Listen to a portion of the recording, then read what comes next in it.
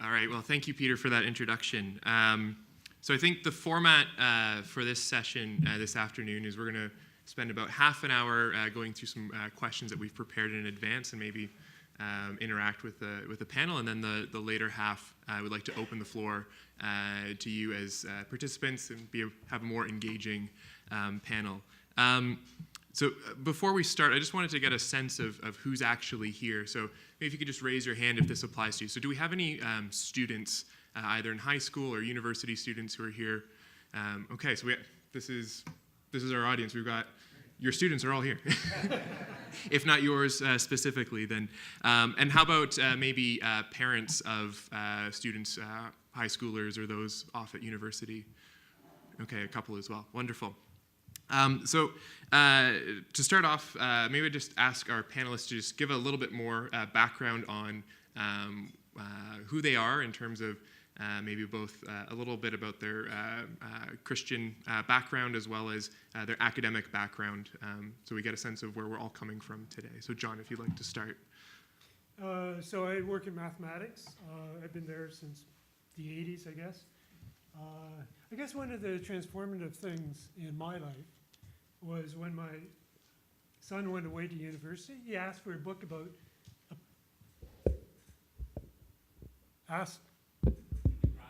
grab it. Oh, that's terrible. I have to hold on to it. So he was taking a class in philosophy of religion. And so he asked for a book on apologetics. I'd never thought of this before. And that started a long trip, and I've been on it ever since. So. Thanks. Gabby. Hi, everyone. Yeah, turn it on. They didn't teach me that in PhD. So, hi, everyone. My name is Gabby, and I'm a doctoral candidate at University of Toronto studying biomedical engineering, regenerative medicine. I come from an engineering background, so I actually came from my hometown, Edmonton, did my engineering undergraduate there at University of Alberta, and came over to Toronto to do my graduate studies, and I've been here ever since. A little bit about my spiritual walk. So I've actually grown up in a Christian family, and during my university years came to really own my faith, to question and to hunger for finding a little bit more about what this Bible is talking about and how I apply it in my life. So my journey in Toronto not only has been quite colorful in terms of my scientific journey, but also in my walk in faith. So I'm Paul Franks, and I teach philosophy at Tyndale with my colleague Rich. I initially thought I was going to become a pastor, and so I went off to university to study pastoral ministries. And while I was there, I did an internship with a pastor, and over that semester realized, I don't like this. This is not for me. And so I was a bit at a loss of what to do, because the whole reason I went to university was to get a piece of paper to hang on my wall so I could, become a pastor someday.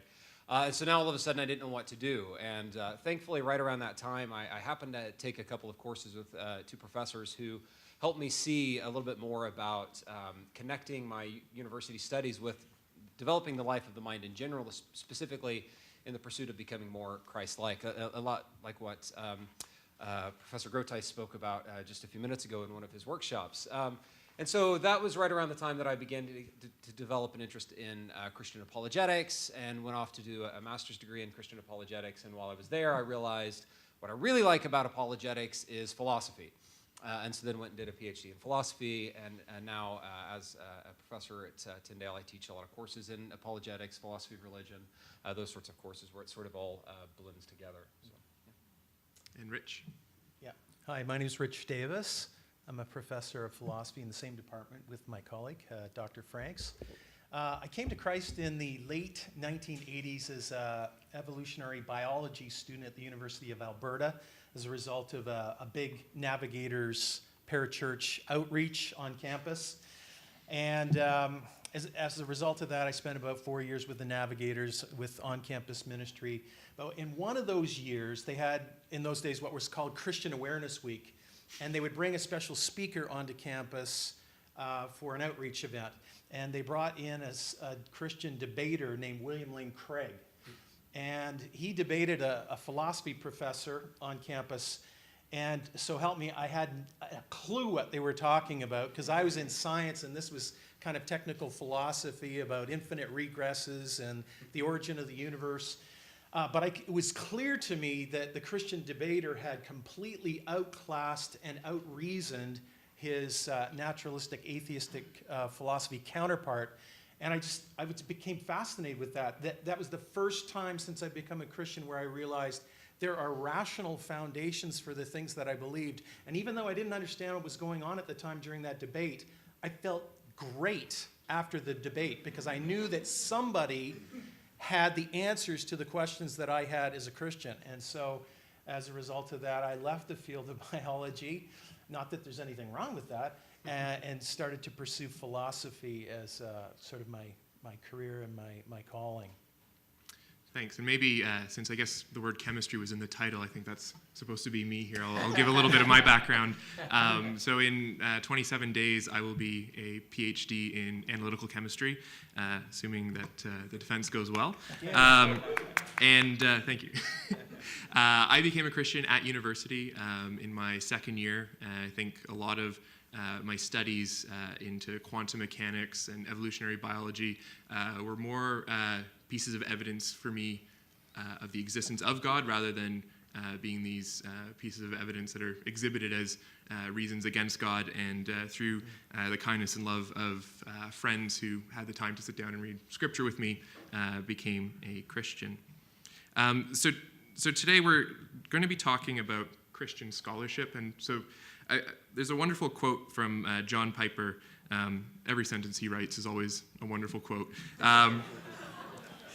He writes that the task of Christian scholarship, and he defines that as not just biblical studies or theology, but Christians engaged in the scholarly endeavor, is to study reality. And this is what we touched on this morning about reality and worldviews. Reality as a manifestation of God's glory, to speak and write about it with accuracy, and to savor the beauty of God in it, and to make it serve the good of man. So maybe thinking about that as our starting point in terms of what we're called to do as Christian scholars. I wanted to ask maybe how, for our panel, how has your faith actually informed your scholarly pursuit, and particularly what you've chosen to study and how you approach your studies? Maybe, Rich, would you like to start us off? Well, Paul Franks and I talk about this a lot. It's no good to just be a Christian academic, an academic who happens to be a Christian. What you want to be is a Christian academic or a Christian philosopher or a Christian biologist, somebody who's doing the work of that discipline from a Christian perspective with Christian presuppositions. A lot of the difficulty that we often observe with Christian academics, and I'm not speaking of anybody here, is that too often they're unaware of the foundational presuppositions in their discipline which actually undercut the knowledge of God. So you have Paul in 2 Corinthians 10:5 saying, we demolish arguments and every pretension that sets itself up against the knowledge of God. Well, in every discipline at the university, there are going to be assumptions in that discipline that if you believe those assumptions, it would undercut knowledge of God. I'll just give you one quick example. I was talking to a student one day after class at a secular university. And I knew she was a Christian, and she was involved in the youth group, and she was involved in the Christian club on campus, in the leadership. And I asked what her area was, and she said neurobiology. So I wanted to know what she thought the view of a human person was. And so I said, well, what does your field tell you about a human person? I said, can you exist apart from your brain? And she said, no, you can't. And I said, can you think apart from your brain? Can you think without a brain? And she said, no, you can't. And I said, okay, then what do you as a Christian think about God? Does God have a brain? And she said, no, I guess he wouldn't have a brain. And I said, well, then does God think? And she paused, and then she said, well, I don't think so then, because you would have to have a brain to think, and I admit that God doesn't have a brain, so God wouldn't think. And I said, does he think about you? For example, when you're praying, does God hear you and think about what you're saying? And then she paused and said, no, he does have a brain. And so that's just a little example of how a paradigm presupposition can control the thinking of a Christian inside a discipline so that you actually end up with an unbiblical view of what a human person is. Yeah, one of the things just came to mind while Rich was talking is you see this sort of interchange that's happened within philosophy over the last 40 to 50 years, maybe slightly longer now. There's a now famous essay by the Christian philosopher Alvin Plantinga that's freely accessible on the Society of Christian Philosophers website called Advice to Christian Philosophers. And one of the things I think what's really interesting about what's in that essay and just what Plantinga has done is that he was operating in a field that was wholly set against philosophy, or against Christianity. There were no Christian philosophers for the longest time. There was a whole period of philosophy where the generally accepted claim was that Christian claims about Christianity, they weren't even false. They were just meaningless. Like they certainly weren't true, but they weren't false either. They just were meaningless. And that was sort of the standard environment in most philosophy departments. And then people like Alvin Plantinga came along, and they did excellent scholarship as Christians. And nobody could question their ability as philosophers. And then they took all that training and those skills that they had developed, began applying them to specifically Christian ideas. And what you saw over the last 40 to 50 years is a complete resurgence in philosophy departments all over, at least North America and much of Europe. And Christians now, they're all over the place in philosophy departments. Christian philosophy has had a genuine resurgence, and it's thriving. And I think it's because there was a group of people that led the way in showing how to approach their disciplines as Christians, and they've made a huge difference by doing so. And I hope that we start to see that same sort of thing happen in lots of other departments and other disciplines across the university, in the sciences and the other humanities, that same sort of approach. Thanks. Gabby, did you want to comment? Great. So personally, I would say that my faith probably didn't have a direct impact on what I decided to study. It was largely driven by my interests. So I thought that biomedical sciences were incredibly cool. I was always fascinated by the human body, the design of it, and just how intricate it really is. But what I would say is that my faith has definitely affected why I study, how it's motivated me. So going back to what Rich has said, my very first identity is as a Christian. I'm a Christian studying science, which is just a corner of the fabric that God has created. So it's definitely motivated me in certain ways, and I think there are a couple questions afterwards that will touch on that a little bit more. But since I'm probably the youngest one in this panel, and speaking as a graduate student as well, my faith has definitely affected the way that I study, so how I study. In the biomedical field, so I work with animals. I work with little mice that scurry around, and it's really cool. Stem cells as well.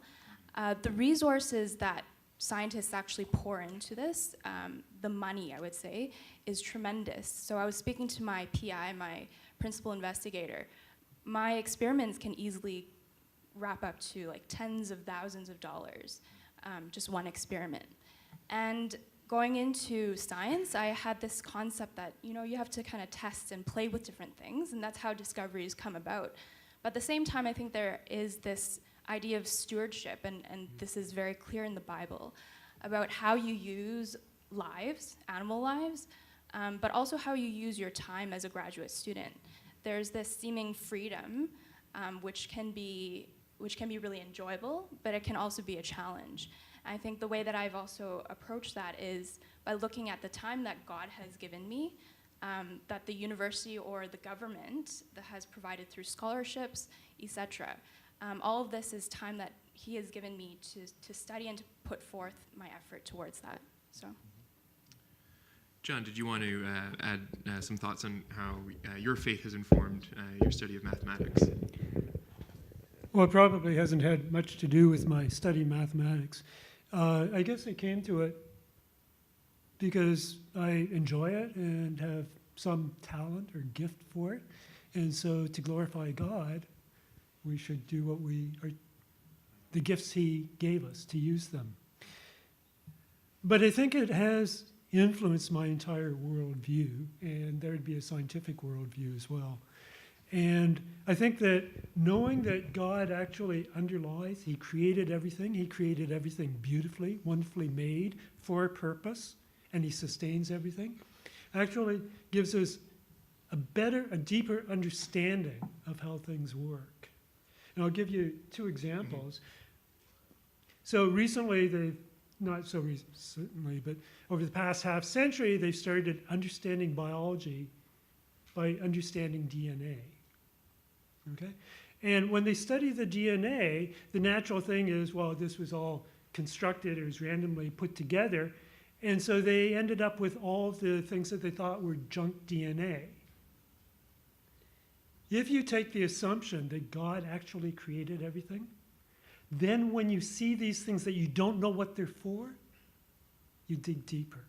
You look underneath. Okay?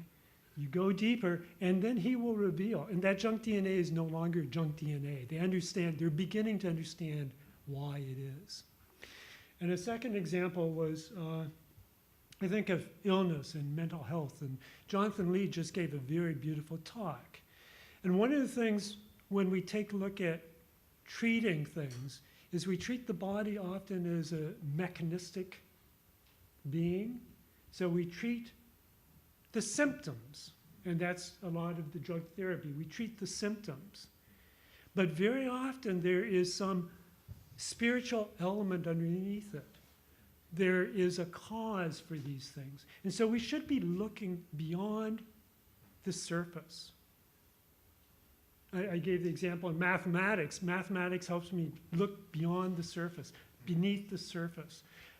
Actually, the Bible gives us a tool to look beyond the surface. And that's where true creativity comes from. Thanks.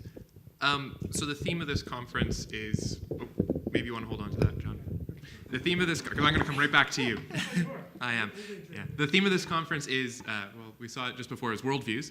And so maybe we want to think about how the Christian worldview maybe comes into conflict at universities. Universities are seen as almost factories or generators of new worldviews, generally in opposition to Christianity. So maybe we could start with you, John, in terms of what challenges do you face maintaining your faith working at a secular institution? Or maybe you'll put this out to John or Gabby equally, since you two both work at U of T.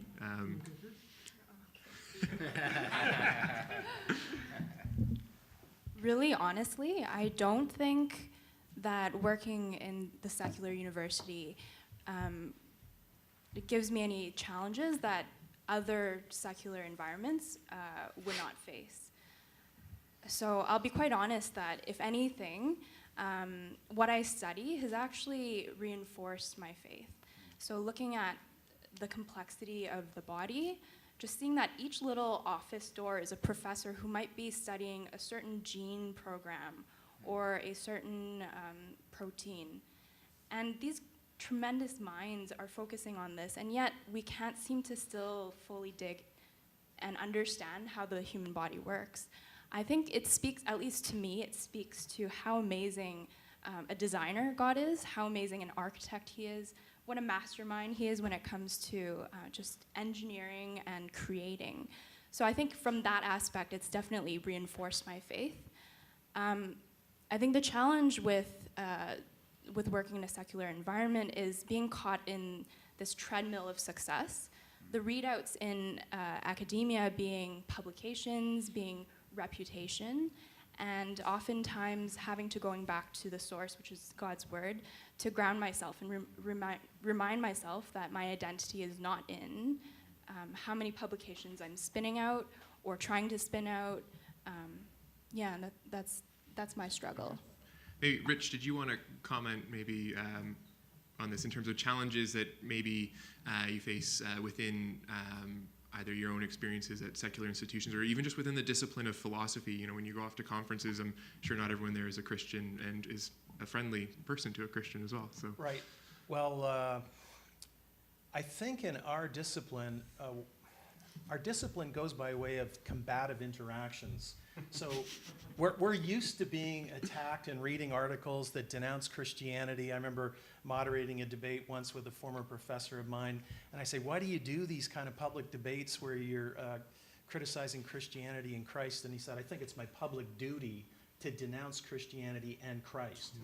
And when I was a younger Christian in graduate school, these sorts of things would really bother me, but then over time, the more you read and you study, and you see that there's answers to these questions and challenges and attacks that have been around for hundreds of years. It's just that people don't read and study very much, and so they're subject to tidal waves of doubt. But then when you ask them, you're doubting, how much have you read or studied to alleviate this doubt? They go, read or study?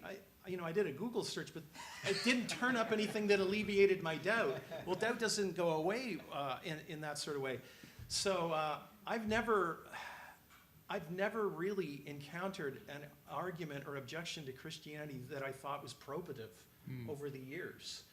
I think one of the books I forgot to mention, like if you're an undergraduate student and you're just starting out and you want to form a biblical worldview, what you've got to do is figure out what Jesus thought about the world. You got to think about what he thought about ultimate reality, what he thought about what can be known, what the ethics of Jesus is. Did Jesus value the use of reason? And here's a book that's not on our book table, but I got my autographed copy a little earlier, and it's just called On Jesus. And I brought that specifically to show undergraduate students today. And basically, this book by Dr. Groothuis is on Jesus' worldview, what Jesus thinks about ultimate reality, what Jesus thinks about the knowing process, how to acquire justified true beliefs. So it's an infallible axiom that if Jesus believes some proposition P, then P is true. And then if you go ahead and believe that as well, you can't go wrong. You will have the truth in that area. So we just have to get better and better at figuring out what the Bible says about these different areas that encompass worldview studies. So I would recommend On Jesus, but anything by Dr. Groothuis. Honestly, we run a fourth-year seminar in our program in the philosophy department, and it's really, we built it around, I'm sorry to have to embarrass him, we built it around his book, Truth Decay. Because in so many of the humanities and social sciences, the idea of objective truth, which is what is communicated in the Bible, which is objective propositional truths, is under assault. Even in the field of theology, you've got people who are saying that doctrines don't really have a truth value, they just guide our practice and so on. So I would get a hold of, if you're an undergraduate, something like Truth Decay, or to start to build your worldview. This is a great little book, very accessible and readable, on Jesus. And by the way, you can ask Dr. Groothuis afterwards. He believes that Jesus was a philosopher, and so also the smartest man who ever lived. And you don't often hear that from people. Thanks. Excellent. So maybe to continue on, but thinking about the other sides, we got some ideas of opposition that is maybe perceived and not there, and opposition that is there. I want to put this question to the whole panel in terms of your whole academic careers. What have been some keys towards spiritual growth, particularly when you're bogged down in lots of academic study, maybe preparing papers, manuscripts, super busy, also thinking about assaults from your own discipline. What are some habits or things that have been key towards your own spiritual growth? So let me go back to your previous question and then move into that one. So one of the things in mathematics is it gives me a way of visualizing the spiritual realm.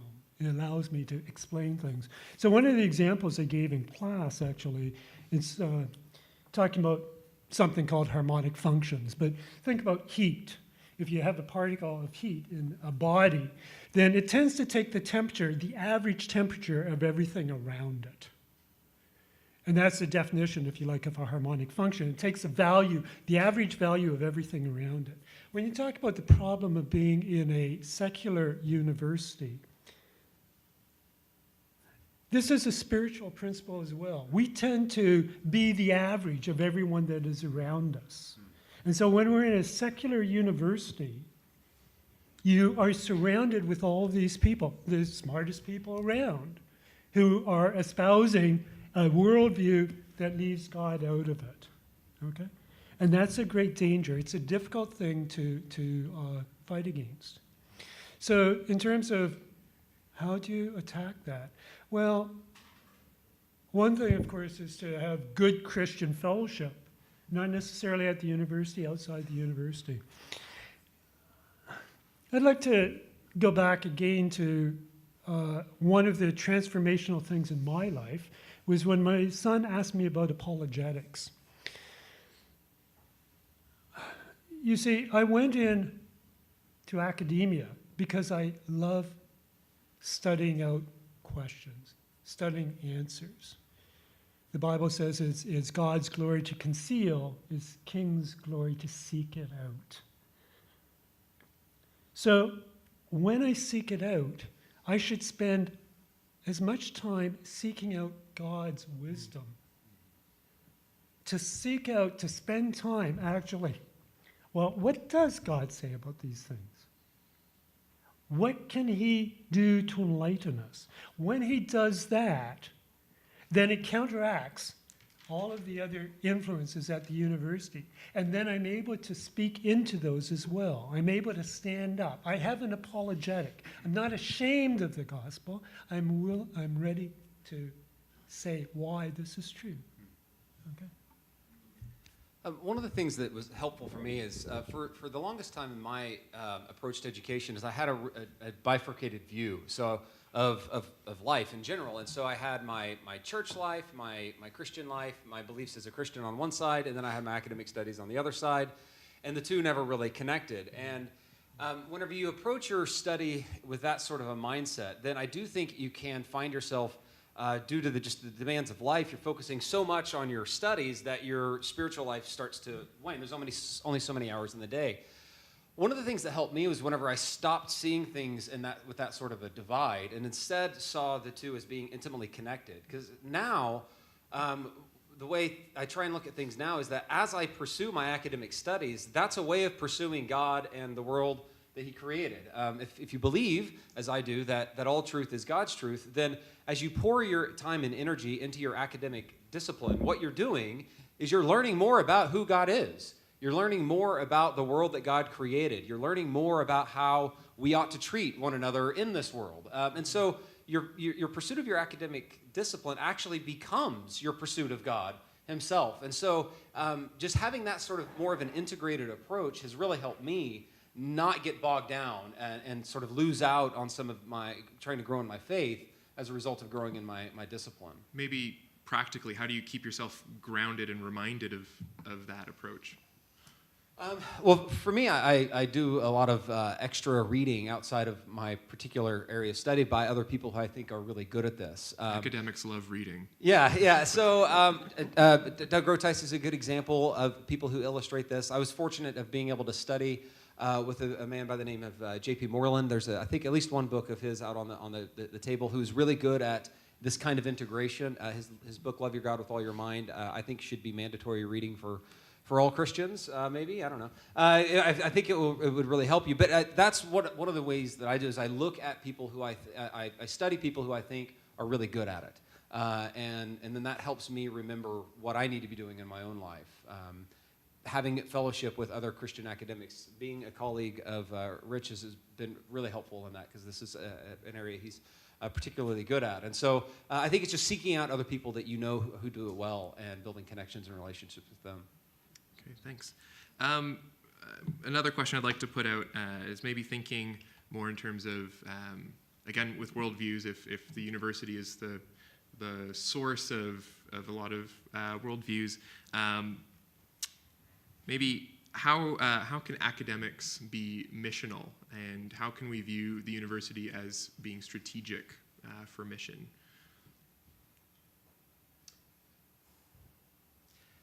Well, here's what I would think about that. I think if you're in a secular department, I think your academic productivity is a great witness to your colleagues. You've got to be doing your discipline at the top of your game with excellence, or you're never going to win a hearing. But I think you, as a Christian academic, you also have an obligation and a duty to build up the body of Christ. And so you need to think about the ways in which your skills, we all have to do this. It doesn't matter what your career is. We all have to think about how we can use the resources and the talents and the giftings God's given us to build up the body of Christ. See the book of Colossians. So I would think that at some point, a Christian academic has to devote some of his or her time to writing articles that will encourage other Christians allay their doubts and fears and concerns and anxieties about the truth and rationality of Christianity. And now look, when you do that, that means you've got double duty, because those are hours and units of effort that you could be putting into your own career. But you're offering them up to God as a kind of a sacrifice of time and service and effort. And we all have to do that. And so that's just one of the things that just comes along with being a Christian. Now, for undergraduate students, you have to work twice as hard as every other student in the university if you're a Christian. Because not only do you have to learn the material in your discipline, you have to learn to think about it as a Christian.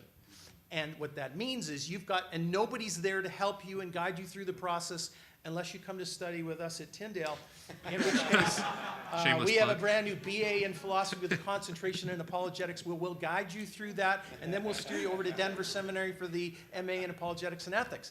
But the idea is you're on your own, and you have to work on this intentionally. So I spent half of my time at university reading Christian philosophers who really understood what integration was, conceptual integration between two disciplines, where philosophy is confirming the truth of the Christian faith and rebutting attacks against it. And then I have to learn what the philosophers are saying. I had to learn logic. I had to learn all the positions. So it's twice the work, but there's a lot of fun in it, a lot of excitement, and you're on the front lines for kingdom stuff, because the university is where the minds of the next generation are shaped. Lawyers, doctors, influencers, thought leaders. If you're not influencing there, then the next generation of government and university professors who are going to teach your kids will study with the people that you let the culture produce. So you got to get out there and leaven the culture, leaven the academic culture with a Christian perspective. That's what Network of Christian Scholars, they take it, is all about. I was going to give a plug for that at the end, but thank you. Maybe just one quick question before we open this panel up to the floor. For all of you, do we need more Christian universities or more Christians in university? Maybe we can just start from John and go to Rich. Well, we probably need both, actually. Of course, most universities were started as Christian institutions. I sometimes lament the fact that I'm not at a Christian institution, because it forces me to, in some sense, park my natural being at the door. I mean, it would be nice to be able to go into a class and, at some point say, well, let's stop and ask for God's wisdom on this. But of course, you can't do that, right? On the other hand, it is important to be Christians in the university. It is the new temple. The professors are the new priesthood. When we listen, society, who do they look to? They look to the scientists. What do the academics say? It's important to be in that arena, and it's important to speak to those. And it's also important to leaven the other people that are around there, to speak to the other faculty, because a lot of them are lost and a lot of them are listening. So. Gabby? Yeah, I'm going to be contentious, and I'm going to say that we need more Christians in the university, but we do already have a lot of Christians in the university. I think what we really need are Christians who are intentional in the way they study and in the way they live in the university, and saying the secular university.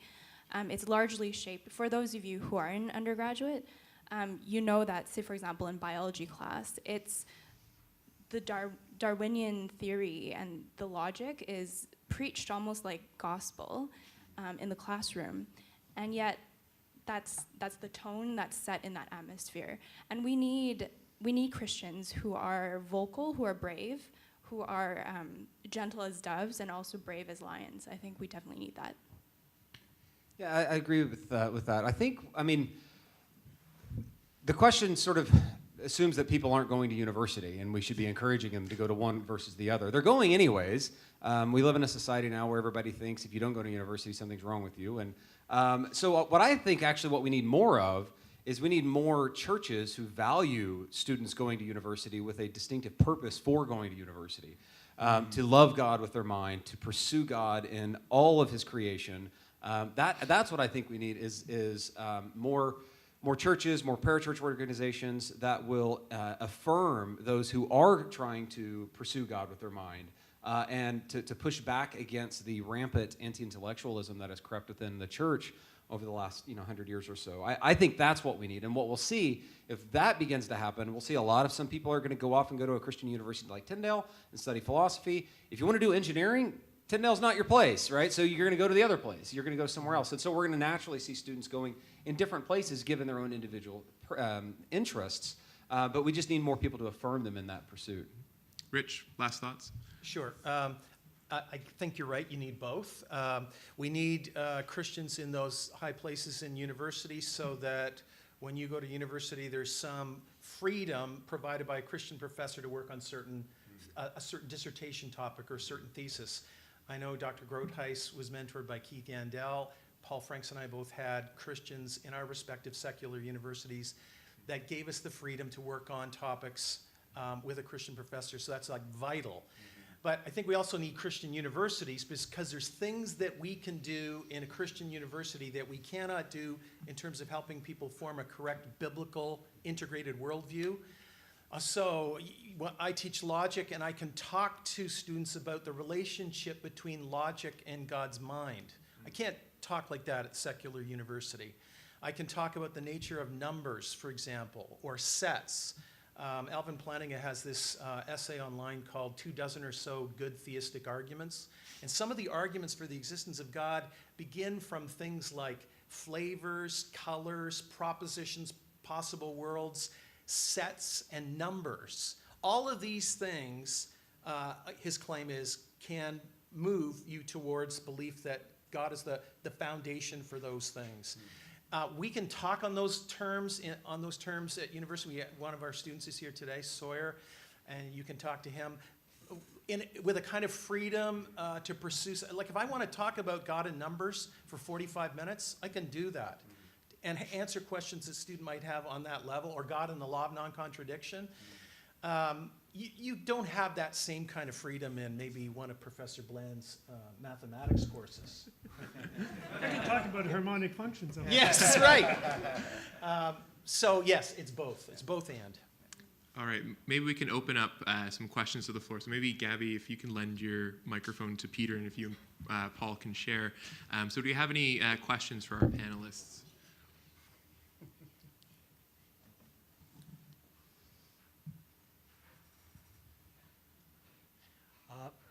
So we were talking about upholding your faith in the secular universities. So what about upholding your faith in the secular society? So in the light of rising secularism, how should religious views being brought back into the public space? If yes, then how? Excellent. So, I mean, Gabby, you talked about how the university, as a secular environment, is really no different than any other secular environment. Did you want to maybe comment on that? Sure, I'll try to give it a stab at it, at least from my own personal experiences. So first of all, I think that if your faith forms your identity as a son or daughter of Christ, that becomes part of you, and it's not that you can really, like you said, you can't really compartmentalize. For example, so this past Friday, just a day ago, one of my colleagues asked me, what am I doing this weekend? And in the back of my mind, I'm going to a Christian conference. So at that point in time, I could bring it up, which would probably give rise to an awkward silence, and then ... But I decided to be quite open about it, and told her, yeah, I'm going to a conference. A science conference? No, a Christian conference. And I'll be honest, there was an awkward silence, and then there was a shift in the conversation. But I found that, at least from my several years in graduate studies, that being open about what I do in my life, about my struggles in PhD, being vulnerable in that way has actually opened up many channels in which colleagues have actually approached me, asking me about things like abortion, have asked me about what Easter is. I wonder if that gives you some ideas. Did anyone else want to comment on? Yeah, just quickly, one of the things I would do is just to emphasize that Christianity is not simply a religion of faith, like that's obviously included, but it's grounded in factual things that have occurred in history. And so nobody would say something like, hey, why are you talking about the Second World War? I mean, that's just a private belief, right? Well, why would that just be a private belief? It's something that really occurred. Well, guess what? The resurrection really occurred as well. And here's why we should think that it did occur. And here's what follows from that. And so I think one of the ways of sort of pushing back on it is by pushing back against the belief that Christianity is just one faith among many, and they're all basically the same, meaning they're all basically false. Christianity is different. It's grounded in things that occurred in history.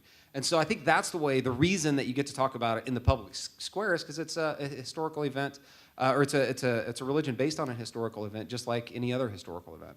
I think maybe to add, I think Marcus Schaefer ran 2 seminars today on secularism, and he might be an authority to talk to if you didn't make it to those seminars. Is there another question from the audience? We've got one over there, Peter.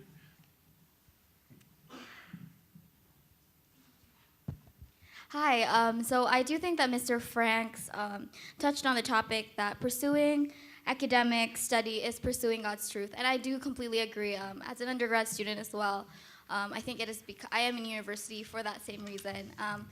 It's not, however, but at the same time, do you think there is a limit? For me, I am in science. Currently, there are scientific studies regarding genetic coding or genetic editing. Do you think that there are limits into pursuing academics in terms of almost seemingly playing God into fields that are going or pursuing topics that almost, I don't know, the lines are extremely blurred. As a Christian, where you don't really know how to approach it anymore. Yeah, that's a good question. I think one of the things I would say is you can be motivated to pursue your discipline out of love for loving God with your mind. That's sort of driving why you're doing what you're doing. The question you're asking is actually more of an ethical question or a philosophical question. What do we do with this knowledge that we get? And so you might be motivated out of love of God, but your colleagues may not be, and you may be doing the same kinds of activities. But I think it's important that you take time to think yourself, okay, what's my basis for drawing conclusions about the science that I'm doing, right? So where do we go from here? What sort of ethical guidelines are there? And there's tons and tons of resources that are there to provide you, or that you can look at. The DeVeber Institute is one I would highly recommend, that gives people doing your kind of work a bit of a background of where do we go once this sort of the lab work is done and we start deciding what do we do with these results. That's an interesting ethical question that I think you should pursue also as a way of loving God with your mind, that ethical question as well, which is actually not a scientific one, though, but it's just as important. Maybe if I could add an angle to that question. We read in 1 Corinthians that knowledge puffs up, and I think that speaks to the questioner's idea of what do we do with that knowledge. So how do we humble ourselves as scholars and make sure that we don't puff ourselves up? I'm putting that out to the panel. Oh. Sorry. It's a great thing to nod along to, but yeah, if anyone wants to flesh that out, or how have you maybe grounded yourself and humbled yourself? Repent of your sins a lot. Don't forget to do that constantly. Remember about the size of God's intellect.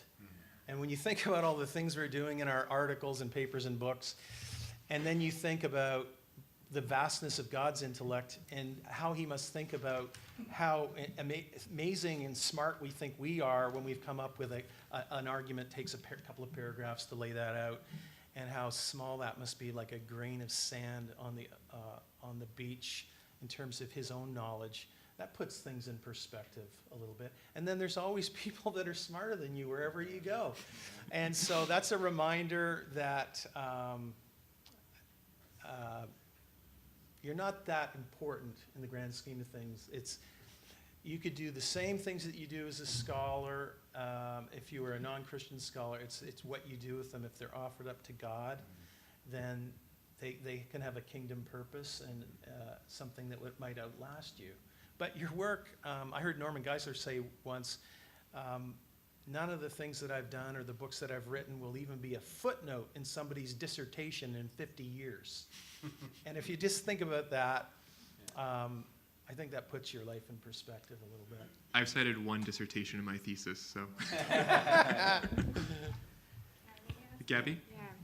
Yeah. So I work with a professor who is a Jewish man, and I remember one of the things he said, which really resonated with me, is that if you've completed your PhD and you come out without feeling humbled, then you haven't actually completed a PhD whatsoever.